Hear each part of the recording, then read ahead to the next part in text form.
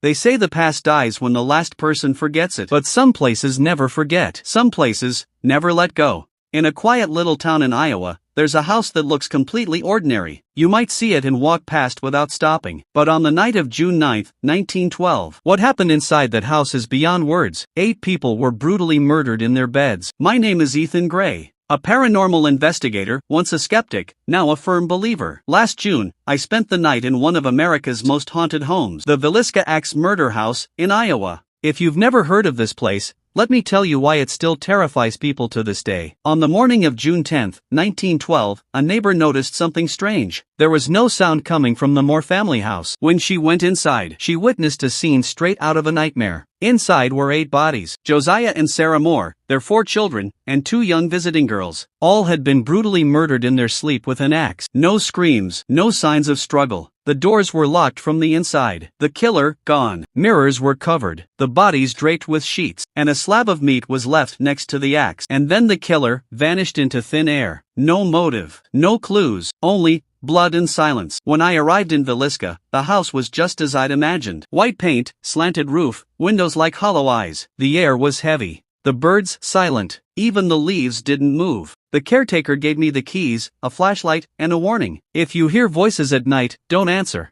I thought it was just local folklore. Then, midnight came. I was sitting in the children's bedroom. The room was still. I turned on my recorder and asked, "Is anyone here?" At first, nothing. Then, a faint sound, like someone breathing from behind a door. "Play with us." Chills ran through my body. My flashlight flickered. And then, a strange laugh echoed in the recorder. A child's laugh, but broken, cruel. When I played the audio back, the voice wasn't human. I stepped into the hallway. Every step creaked beneath me. It felt like I was entering something not of this world. Then I heard footsteps. Thump. Thump. Thump.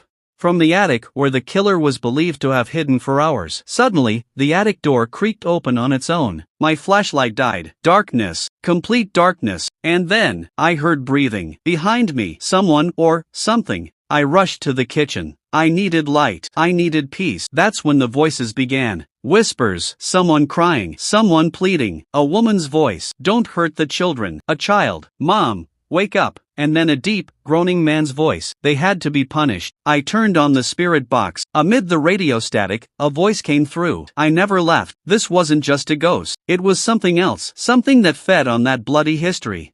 I stood in front of the hallway mirror. The one Sarah Moore might have used to brush her hair one last time. Jokingly, I asked, "What did you see that night?" The mirror didn't crack, but the reflection changed. My reflection blinked while I stood still. Then, it smiled. I backed